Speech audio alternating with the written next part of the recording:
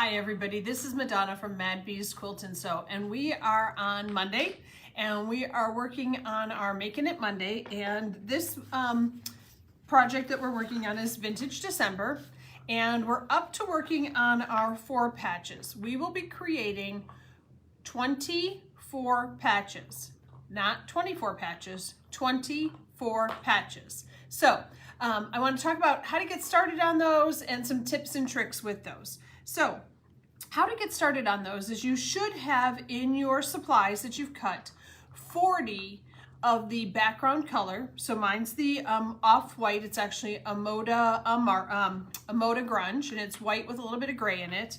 And then I had A, B, and C of my fabric choices and so I'm working on the checkerboard unit is what they're calling it, and it's a 4-patch, okay?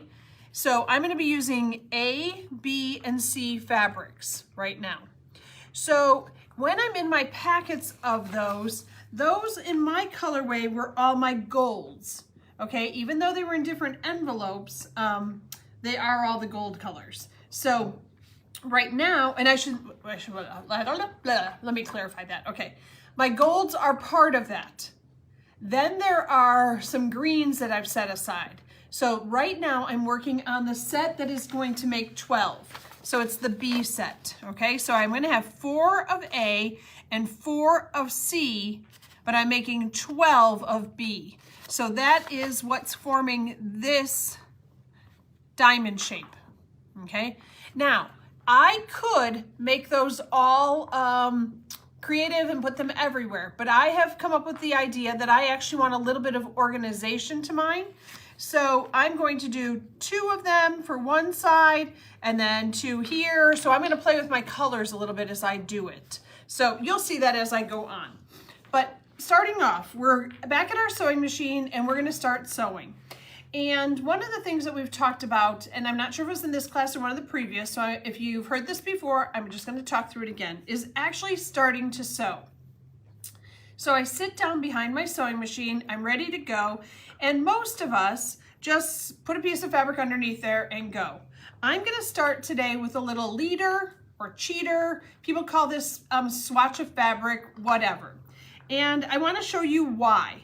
If I put this underneath here and I just begin to sew on it, all is good. Because see, my threads were over to the side there and they just are being put in there really nice. Okay, and look, I'm going to pull this out from underneath here, cut it over here, and look at both front and back, my threads look great. But that's not how I started off today, of course not. So I'm going to show you this square right here. How many of you wind up with that ugly? That ugly is actually operator error, okay? So I do have gray thread in the top and it got sucked down into the bottom. And the reason it got sucked down into the bottom is I did not have it off to the side. I had it behind. And if where's my little cheater piece at? If I do this again here and I start, what's gonna happen is that cheater piece gets sucked down, or that cheater little thread gets sucked down and in there, and it isn't always very pretty. My first couple stitches aren't very pretty. And you can see, look at how ugly that looks. Okay, and it's ugly because I didn't hold on to it. I truly don't have to hold on to it. I've got my thread cutter and I've got side placement on this. If I just put my threads over to the side here, when I get going, the presser foot actually helps to hold it in place and it doesn't turn out so ugly. So, couple of things. 1, don't use your thread cutter if you're piecing, okay? Now, if you're chain piecing, that's a different story, okay? But when you use your thread cutter, when it starts the next time, it's going to pull your threads to the bottom and make that ugly. 2, use the thread cutter on the side of your machine. It leaves your threads long enough so that if you have that little bit of ugly on the back, you can actually work them out. And most of the time, it's just giving it a little bit of a tug and they come out really nice. Okay, that's my thread from the other side. But you can just tug on it a little bit and it'll actually smooth them out really nicely for you. Okay, and then the third way is use a little cheater piece when you start. So get started underneath there with this little piece of fabric with your threads to the side. So all the way up to where you want to go. And then when I get to the end of the fabric, I don't shove my new piece in. I stitch about 4 to 6 stitches. Then I put my 2 pieces in next. So here we are with the next, okay? So the next is putting our right sides of our fabrics together. Now, I cut these pieces using my rotary cutter and mat and did them all at 2.5 inches. I just cut my charm peck into 4ths. They're not the same measurement. So if I line this up, I'm gonna line up the cut edges to the edges on here. And you can see I stick out just that little bit. Can we see it, Chloe? Yes. Okay, I stick out that little bit. So what am I gonna use as my guide? I'm gonna use my smaller piece of fabric as my guide. Yesterday I heard the best thing. You know, we listen to all different people and they say all different things. And she was talking about 1/4 inch versus a scant 1/4 inch. And I used the word a generous 1/4 inch. And somebody told me, well, that's not a real sewing term. Well, none of them are, okay? Somebody made up names. So when you sew this, how do you know how big your seam needs to be? Your seam needs to be big enough or small enough to make the finished block the right size. So your best way to figure that out is to sew together a block and make sure that the pieces that you inputted are the pieces that you're measuring and that that's going to be all the same size. And I think once you do that, it makes it pretty easy. You're not thinking about scant and generous or 1/4 inch. Just make it so your block works out right. So, sewing. When I was learning how to sew, I was taught that my nose needed to be directly in front of my needle. I find if I sit off to the right-hand side of my needle just a little bit, I can see the edge of my presser foot a little bit better. So I'm then going to set my fabric underneath there, and I'm going to begin sewing and using the edge of my foot as my guide. I don't watch my needle. I watch my foot. I don't care where my needle goes. I care where my foot goes. My machine, my foot has an actual 1/4 inch past the fabric, and I watch for that measurement, and then I'm ready to set the next one underneath there. So this is what's truly considered chain piecing. One set of pieces right after the next, matching up, setting in. If you have a knee lift, you can use your knee lift to lift up your presser foot a little bit. I just pick mine up a hair and then go ahead and sew the next one. Once I've sewn off a few of those, I grab my cheater piece that was at the very beginning. Oh, scissors are in that little blue box there, or shove the blue box over. Thank you. Okay, so I'm gonna use my scissors and I'm gonna cut off that little cheater piece and set it right back underneath here and sew on it. It's gonna push my last piece of fabric through for me. And then I'm gonna trim this off. Now I wanna show you something here. Okay, so when I trim it off, I trim it so that I still have a little bit of the twist on it. I leave myself a little tail. So I've got these two right here. I'm gonna go in between those and trim that thread.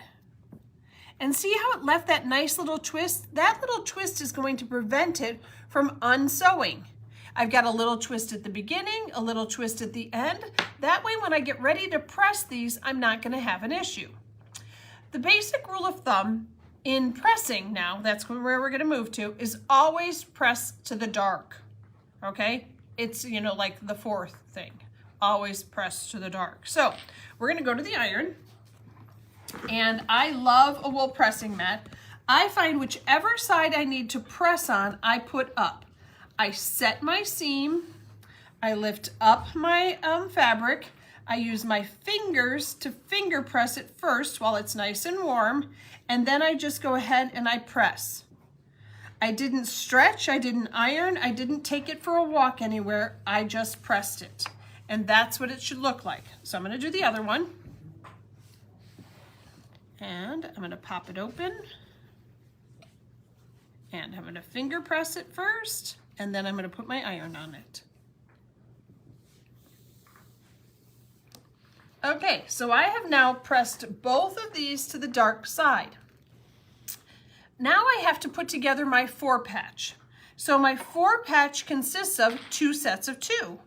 So they're going to be sewn together, right sides together, and we're going to make sure that they nest together. So I'm going to put them together, and I'm going to see where that actually lines up there. It should fit right into each other.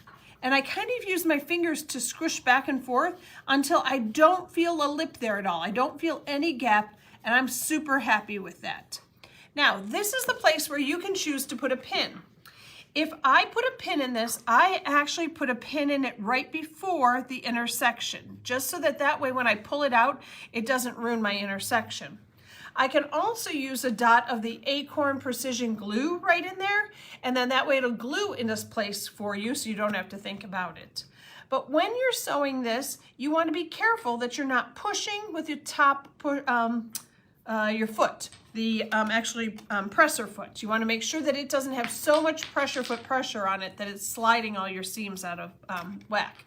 If you're doing a lot of seams, there are times in one area, I should say a lot of seams in one area, there's a lot of times I'll go in there and just baste 3 or 4 stitches right at that, then go ahead and sew the whole line. And it makes it easy peasy to do. So for this, I've stitched off my couple stitches in my cheater. I'm going to set this underneath my machine, watching my fabric. I'm holding it in place, and I'm going to go ahead and sew this.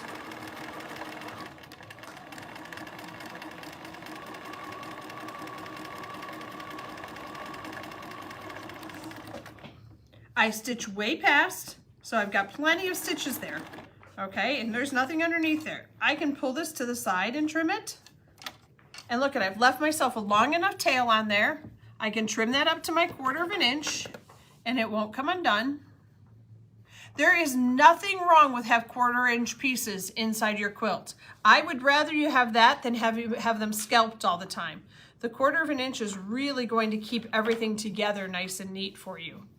We're going to then open this up and take a look at it. Pop this open, and look at how nice those points nest together. So that's nesting, when 2 seams go next to each other and they lock into place on each other. That's nesting. So you have 20 of these blocks to create, 24 patches. So there are going to be, get back into my book here. You are going to have 4 from fabric A, 12 from fabric B, and 4 more from fabric C. And so it just depends on where they go in the block set to be able to have the placement. Any questions, Chloe? No questions. So we have got a big conclusion for today. You've got a lot of homework, okay? And I'm going to tell you this. When you get to this step, you can decide whether you press to one direction or the other direction. So one direction or the other direction, or press it open. It's really your call on that. It really is. It just depends on what you feel about bulk. This actually looks pretty nice pressed open. So we may press open today. So that's where we're at for today. Everybody have a great day. I hope you learned something new today, and I will see you next Monday for Making It Monday. Bye now.